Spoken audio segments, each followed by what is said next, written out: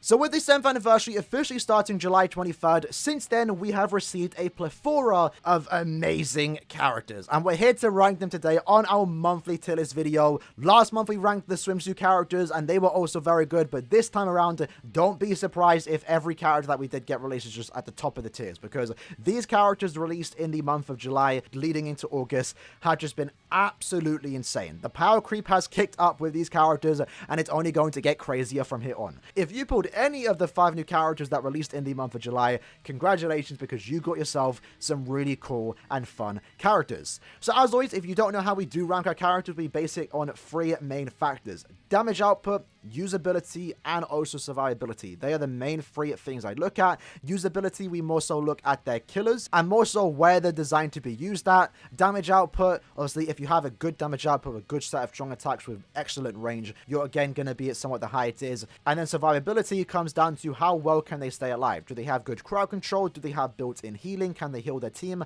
Are they supporting the team? Those are the 3 main things I look at, and that's how I'm going to be ranking the characters today. At the same time, we rank our characters by attribute, so it's a lot easier to look at, and you can also skip to a certain time to see when we do talk about certain characters / attributes. Now, for the most part, for this video, we're mainly going to be talking about the newest characters in the game, as we've already previously talked about the characters in the past. If I was here to talk about every single character once more, we'd be here for like 40 or so minutes. I want to keep this to around 20 or so minutes so I don't end up wasting too much of your time. So with that said, let's start off with the heart attribute. Now, the heart attribute this month only received 1 new character, which was Yuha Buck, or Yuha Baha, however you want to say it. We're just going to say Yuha.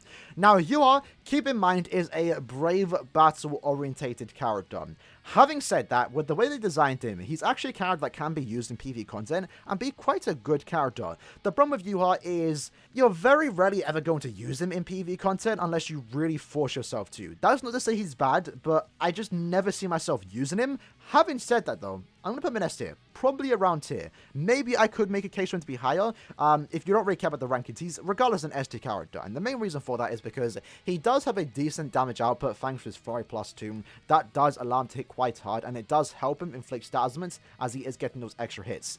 Every attack that he does have except his SA2 also does have paralysis and drain. And that's really good for survivability, as he's able to heal back up to full stamina potentially, and also stop any enemy just from attacking you. They're going to be stuck there for around 7 or so seconds, and that can be really useful in guild quests if you're using him as a side character, which is going to be an excellent side in any guild quest you put him against, mainly the mini guild quests, regardless of having killer or not, because he does have an SA2 boost. His SA2 boost also includes the booster skill, which increases your attack, focus, and defense by 43%, and that's for the entire team. Usually it's only 33%, so that again makes him a very good team booster for epic raids. It allows him to hit very hard, again good survivability, and it also makes his usability in guild quests really good, because you can use him in weeks where he does need a guild quest, as he is providing your team with good crowd control thanks to SA2. He will be inflicting paralysis, and that would definitely help you keep...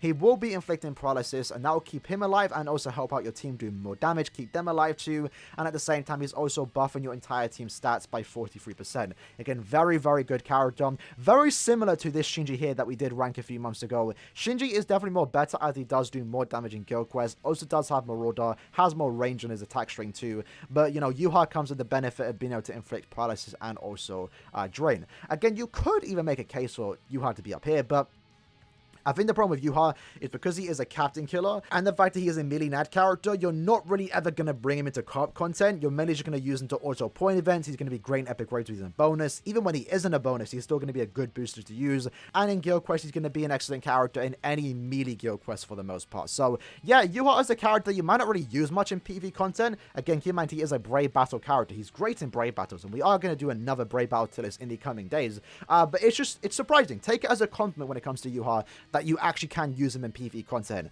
I know a lot of us were disappointed that he was a, you know, PvP character again, a brave battle character, but at least this time around he actually is usable. I mean, look at another brave battle character with this Yama who I put in B tier, because realistically you're never really going to use this character, and you know, I should actually put him higher. I think I underrate him a bit. Maybe I'll put him A tier. like right there for the most part. Yeah, he's actually pretty good. But yeah, Yuha, very good in Guild Quest, very good in Epic Raids, good auto character, good character overall, despite him being a Brave Battle character. Other than that though, that's basically the hot tier list. There's no other changes that I actually have to make right now. In case you are wondering, we're going to focus on the SS tier real quick. In case you're watching my tier list videos for the first time, the reason why we rank them in SS tier is mainly just due to their damage output and usability. So in Nini's case, she's an SS tier character. She's an SS tier character when she has killer. If she doesn't have killer, she is kind of S tier for the most part. She has good strong attacks besides her SA2, which isn't ideal, but it does do a good job at inflicting stat ailments, which is what she's all about. She has weakening on every single attack, she has 2 killers, Soriba and no affiliation, and she has an increased chance of inflicting stat ailments against Soriba and no affiliation enemies. And that allows her to be great again when she does have killer, and overall she's just a pretty good character, but again, when she has killer. Very important to understand that when she has killer, she's an amazing character. If not, she's still pretty good. Besides her, though, these two characters are obviously in the higher end when it comes to the SS tier, as Yoruichi just has a massive damage output. I believe she's still the hardest hitting SP character when it comes to the heart attribute. She has weakening on all of her attacks, she has an increased chance of inflicting weakening against any enemy, so even though she has an around killer, she realistically doesn't care about killer, and that makes her great. She has great mobility since she is a Yoruichi. You can give her long stride, and she has the built-in extra flash step. That's great. She has a massive damage output, great strong attacks, really fast character, really fun to play around with too, and also does have a team heal every time you into another room, so she's helping out your team. She wants it to stay at full stamina, and she can easily do so. So Yoruichi, again, very powerful character. The only reason why she isn't higher than Aizen is mainly due to a kit. Not that her kit's bad, it just doesn't compare when you're competing against someone like Aizen, for example, but it's very close. It's very, very close. She does outclass Aizen when it comes to damage, but with usability, Aizen just has the better kit. Aizen, for example, has the best kit in the entire game, and there's a few characters that share that kit. Essentially, it's a very powerful SA1 with a 3000 length beam, SA2 is a distant AoE into a tracking vortex, and then SA3 is a full screen. Every attack that Aizen has weakening and also drain. Very powerful combo, as it does allow him to do more damage and also allows him to stay easily at full stamina, which is what he wants to do. His SA2 does a lot of damage too, more than the usual attack, and also provides great crowd control, keeping yourself safe. And then you also have a massive damage output thanks to the fact that he does have Frenzy +2 with also 20% more damage at full stamina. He's a great side character for multiple weeks of Guild Quest, great main in multiple weeks of Guild Quest too. Aizen can also be just used in any way you really want to put him against. Aizen still, again, one of the best characters in the game and still holding down the best heart character in the game. So with that said, that's the heart tier list. Now let's move on to the power tier list. So Power this time around received one new character. In this case, it's 1000-Year Blood War Yamamoto. So instantly, to no surprise, he is going to be an instant SS tier character. Now, before we talk about him, we have a few changes to make.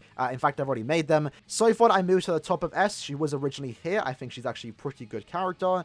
Nozomi, I moved up. She was originally around here in A tier. I moved her up to around here. And then Barugan, I'm going to move down to A tier.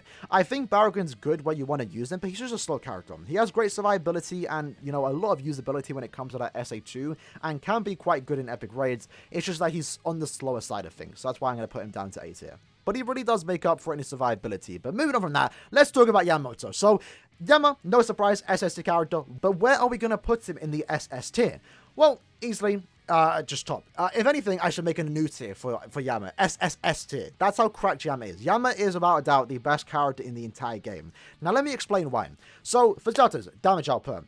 Not only does he have Frenzy +1 with a 40% Berserker and also the Spiritual Pressure boost, so when he does inflict stat ailments, he is going to be getting an 80% stat boost to his SP stat. That's very, very powerful. So not only does he have Frenzy +1 with a 40% Berserker, and also when you do inflict a stat ailment, you get an 80% stat boost to your SP stat. That's great in of itself, and it also allows him to hit very, very hard on his Soul Bomb. Speaking of his Soul Bomb, he also has Bombardment +1 with weakened defense, and you can stack that to double weakened defense, and that essentially allows Yamamoto to be the hardest hitting Soul Bomb in the entire game, and no character competes with that. The damage output this character can dish out on his Soul Bomb is absolutely crazy, and it gets even crazier because keep in mind, every attack that he does have can inflict weakening and also burn at the same time, and he has a 40% more damage to burn enemies and 40% more damage to weakened enemies. So he does 80% more damage to any enemy that he inflicts a status augment to. So that's just, it's just crazy. He is literally the hardest hitting character in the game when it comes to strong attack damage and also soul bomb damage. And he also has 2 killers, that being Quincy and also Hollow. He has a 50% chance to dodge Hollow enemies, and he also does have complete stats immunity added to his survivability. He can't get inflicted with a status augment, and when he does, he shares it to his entire team. So great survivability, not the best because he doesn't have any like extra built-in ways to heal, but it doesn't matter. He's unmatched when it comes to damage output, and then his strong attacks. Now you would think because this character just has insane damage output on his soul bomb and strong attacks, you would think they would maybe nerf his strong attacks, right? Maybe give him some mediocre attacks, but no. They gave him the really good beam SA1 with the 3000 length beam in front of him, and the added width, I believe it's like 1100. That's a really good SA1. Comes out very quick too. SA2 is a distant AoE into a tracking vortex, providing great crowd control, doing a lot of damage, and also at the same time, very easily able to inflict status augment. And then its SA3 is a 4-screen. Again, every attack that he does have has great visuals and also comes out very, very quickly. So when you have a character like this that is the hardest hitting character in the entire game when it comes to strong attack damage and soul bomb damage, and it's not even close. It's not even close. You have the best strong attacks in the entire game, and you're also immune to every status augment and have a 50% chance to dodge hollow enemies, and has 2 killers. Granted, one of them is Quincy killer, so it's not like the most ideal thing, but still it's 2 killers regardless. Yama is just without a doubt the most broken character in the entire game. I recommend checking out my showcase where we did showcase him there. He is just unmatched. He's just absolutely unmatched. So despite him being in the SS tier along with these characters here, he is on the upper end of the SS tier. The reason why I put Bruno still high again is because of his soul bomb damage, and Yama is just able to outclass him especially with level 2 out of 5 for the most part. And the great thing about Yama too, if you are watching this while the anniversary is still going on, is that everyone was given a power special move source if you do get 5 million points. So if you do pull Yama, you can easily get him special move level 2 out of 5. You can easily give him level 10 SP and focus, and he just absolutely breaks the game at 2 out of 5. He is better than 5 out of 5 characters. It's crazy. It's absolutely crazy. Yama, without a doubt, best character in the game, and of course, best power character in the entire game. Other than that, though, again, we've already talked about these characters a lot, so I don't want to talk about them all too much, but I also moved up Yoruichi. Forgot to say about that. I believe she was here prior. I moved her up because she's actually quite good in Guild Quest.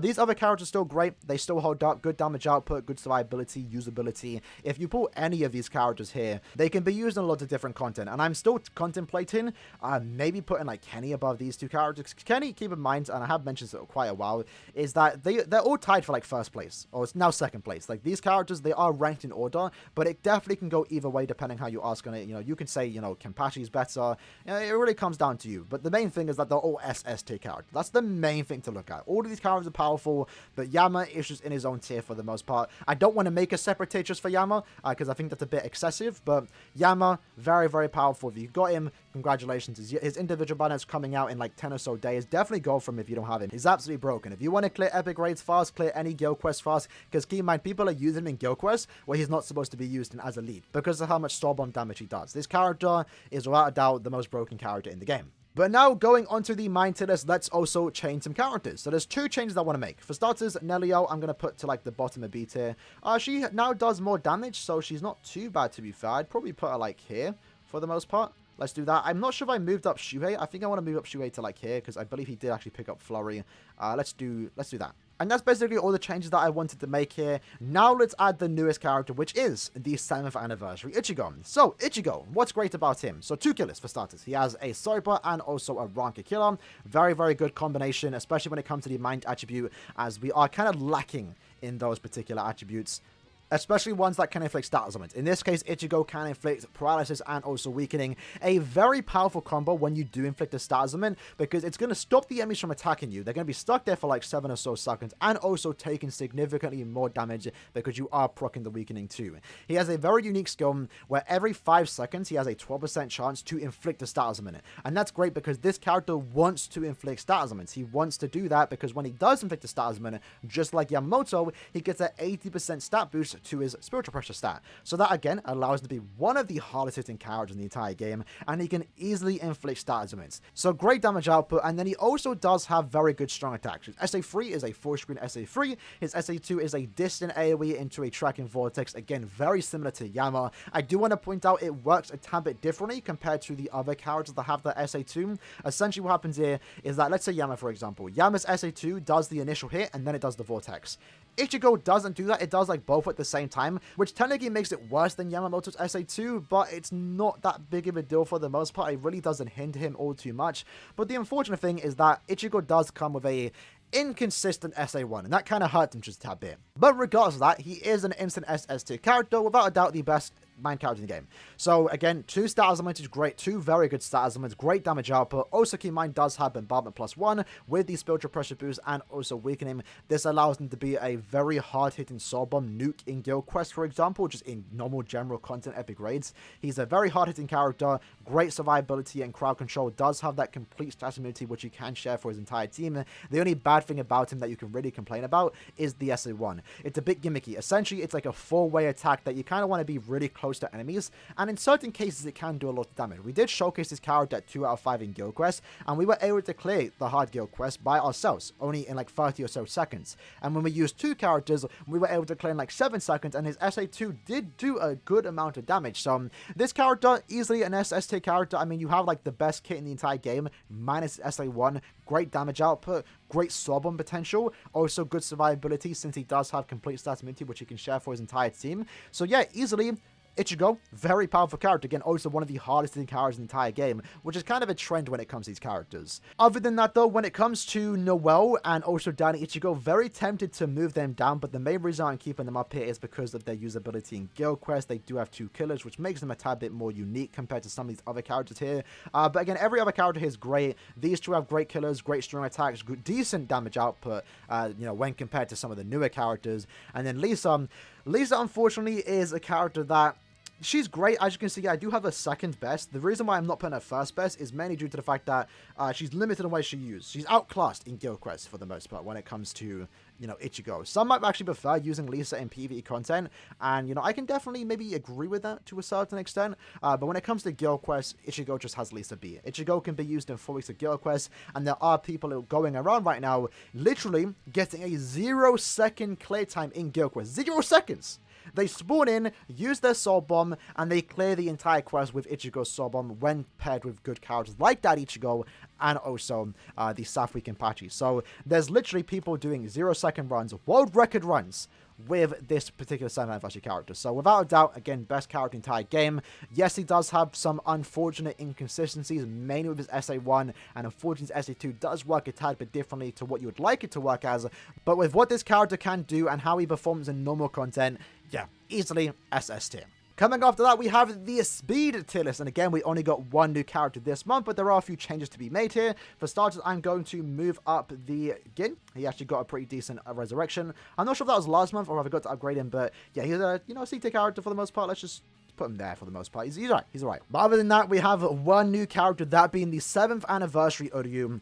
Where is he going to go? Well, no surprise, best character in the game. I mean, he literally was the best character in the entire game for 1 week until Yamamoto came out. So what makes Uryu great? Now, I do want to say, even though he is in the same tier with, Noelle, Adashiro, Jushiro, and also Byakuya, there is, again, a massive gap between these characters. Keep that in mind. Again, I could make an SSS tier, or maybe move some of these characters down, but I think all of them, they're all great when they want to be used, and they can be used in a lot of different content, which is why I'm putting them in SS tier. But this Uryu is just absolutely insane, so let's talk about it. So for starters, strong attack wise, best SA1 in the entire game is that 3000 length beam forward that Yamamoto and also 6th anniversary Aizen has. His SA2 is a lunge forward, but it's actually a very good lunge, as it has 2 parts to it, and the final part is like a 1000 area around him. It's actually a really good and fun SA2 that's only unique to him in the game right now. There are similar attacks to that, but he is the only one in the game right now to have that unique attack, and his SA3 is a 4 screen. All attacks come out very quickly, and they're very powerful because he has frenzy +2 and also a 40% berserker, which is actually very, very good. And keep in mind, 20% of that strong attack damage, that 20% berserker, goes to your entire team, as long as you're a speed character. So whenever you're using Uryu, you're increasing your entire team's strong attack damage by 20% just by being in your team. That right there is really good. He also does come with guard break and also hitting enemies, which is also, again, very, very good for just normal PvE content. He has an increased chance of inflicting stat elements against any power enemy, which is great for inflicting stat ailment, which is great in his case because he also does have weakening and also drain. Very similar to Aizen, it's pretty much like the best combination of stat ailments. You're going to be doing a lot of damage, allowing yourself to do more damage when you do inflict stat ailments, and you're also easily able to stay at full stamina, which is what this character can easily do. He almost has like non-stop heals because every time you use a strong attack on a bunch of enemies, you're healing back up to full stamina. It's absolutely crazy. He also does come with long stride, and he also has a 20% stamina recovery for your entire teams. So not only is he increasing your entire team's strong attack damage by 20%, being a real good team player, he's also healing them. And he can also easily again stay at full stamina thanks to the fact that he does have that increased chance of inflicting stat ailment, has great strong attacks, and also great damage output, which gets better because he also does have the charge effect. So if you don't know, he has the gauge mechanic. It means when he does use strong attacks, you're slowly building up that gauge, and when you do build up the gauge, you decrease your strong attacks by 30%, the cooldown, the current cooldown, and you also do 100% more strong attack damage. So this character has insane damage output when at full gauge capacity for the most part. You can easily get it. I mean, there's a lot of times where like I'm playing hard content like IT, for example, and he does get the gauge, and it's great. It's great for his damage output, even without the gauge being at full. Like, you just have great damage output, great strong attacks, great mobility, increasing your team's strong attack damage, healing them, healing yourself, constantly inflicting stat ailments. He's just such an amazing character. Again, like I mentioned, he was pretty much the best character in the entire game until Yamamoto came out, because Yamamoto just outclasses Uryu in the damage output, right? And that's like the only bad thing about this Uryu. Unfortunately, he wasn't really made for guild quests. Now, he's a great character in Arena, pretty much the best character in Arena when it comes to these newer characters, but when it comes to guild quests, he is beat when it comes to Yamamoto. But that doesn't change the fact that, you know, Uryu also has 2 killers, that being a rank and also no affiliation, so this character can literally be used anywhere. If you have Uryu, there's pretty much no need for like any other speed character. He will carry you in any inheritance trials, any IZ, even you can use him in epic raids because he also has the debuff mechanic on his soul bomb. So he's also allowing your team once more to do significantly more damage after you do use your soul bomb. He is a massive damage output, great survivability, great mobility, great strong attacks, and also a very good team player. There's almost nothing you can say bad about this Uryu. He's a very good character and definitely does deserve the #1 spot on our speed tier list. Now, moving on to the technique attribute, our last one. This time around, again, very similar to the other attributes, we only got one new character, which is the new 1000-Year Blood War Aizen, a normal attack damaging character designed for PvE content. So where is Aizen going to go? Well, instantly an SS tier character. This character, again, is also just insane, but we're going to talk about where we're going to place him in a minute. So let's explain why Aizen is actually very good. So for starters, he is a normal attack damaging character with a 60% bruiser, which is actually quite high, and when he inflicts a stat ailment, he gets an 80% stat boost to his attack stats. So just like Yamamoto, just like Ichigo, when he inflicts stat ailments, they get a pretty significant stat buff. In this case, it's to his attack stats since he is an attack-orientated character. He has Flurry +1, he also has Guard Break and Hidden Enemies, which is great for just a lot of different content. His SA2 is a boost and barrier move with the multi-barrier skill, so it provides a 5-hit barrier for himself, a 3-hit barrier for his teammates. Great just survivability for the most part, and the boost is further increasing his damage output. Then he also has Poise and also an increased chance of inflicting stat ailments against any speed enemy. So the only other character in the game right now to have the attack boost when inflicting the stat ailment is Okura, and Okura has a somewhat hard time inflicting the stat ailments. Aizen doesn't. Whenever you're using this character, you're constantly inflicting stat ailments, which is the weakening, by the way, and that allows you to do more damage. It's going to keep yourself safe as they're doing no damage to you, and it easily allows you to keep yourself at your max damage potential. And again, keep in mind, he also comes with the gauge mechanic, so your damage potential gets even crazier and insane when you max that gauge out because you're getting an additional 100% bruiser. It's crazy how much damage this character can do. If you saw our test play video, he is the only NAD character in the game right now, and probably going to be the only NAD character in the game for a while that can complete that test play. Any other character that can do it is an SP character, and let's be honest, SP characters naturally have the advantage when it comes to PvE content as they are quicker and they can clear more ways, but Aizen is just insane. He can pretty much auto any content despite him not having any inbuilt healing, and that's something to really like commend about this character. His His damage output is mad. He's like basically the hardest hitting Nad character in the entire game. Great survivability, increasing your team survivability, non-stop inflicting stat elements. Nothing is stopping this character from damaging you. And it's also worth mentioning too, he also has a 100% chance to hit any dodging enemy. Normally when you have any read dodges, for example, it's only to one affiliation. Aizen does it to anyone. So any more dodge content in the future, Aizen is going to be ready for it. And it's great for Senkamon, in case you don't have like a certain character to go against a certain dodge floor, just bring Aizen. If you're farming the scrolls, you can just bring Aizen. If you're trying to do guild quests, for example, just bring Aizen, because he's also very good in guild quests, as he is, again, very high damage output, also does have a team boost with the barrier, that's increasing their damage output, keeping them safe too. I did, again, demonstrate a 2 out of 5 Aizen showcase, and we used a 2 out of 5 7th anniversary Ichigo in guild quest, the hard difficulty guild quest, mind you, and we were able to clear it in 7 seconds with just 2 characters. And that goes to show how powerful 7th anniversary Ichigo is, but at the same time goes to show how much damage this character can do with his Nad string, and again, he's just without a doubt the best Nad character in the entire game. If you saw our speed tiers, Jusho is an SS tier Nad character, and they're kind of in it for different reasons. Jusho is a lot slower, but a lot safer to a certain extent, because he does have Drain that allows him to heal back up to full stamina, but Aizen's there because he's faster, insane damage output, and non-stop inflicting weakening. Great character, but where are we going to put him? Well, ladies and gentlemen, we are putting him at the top of SS tier.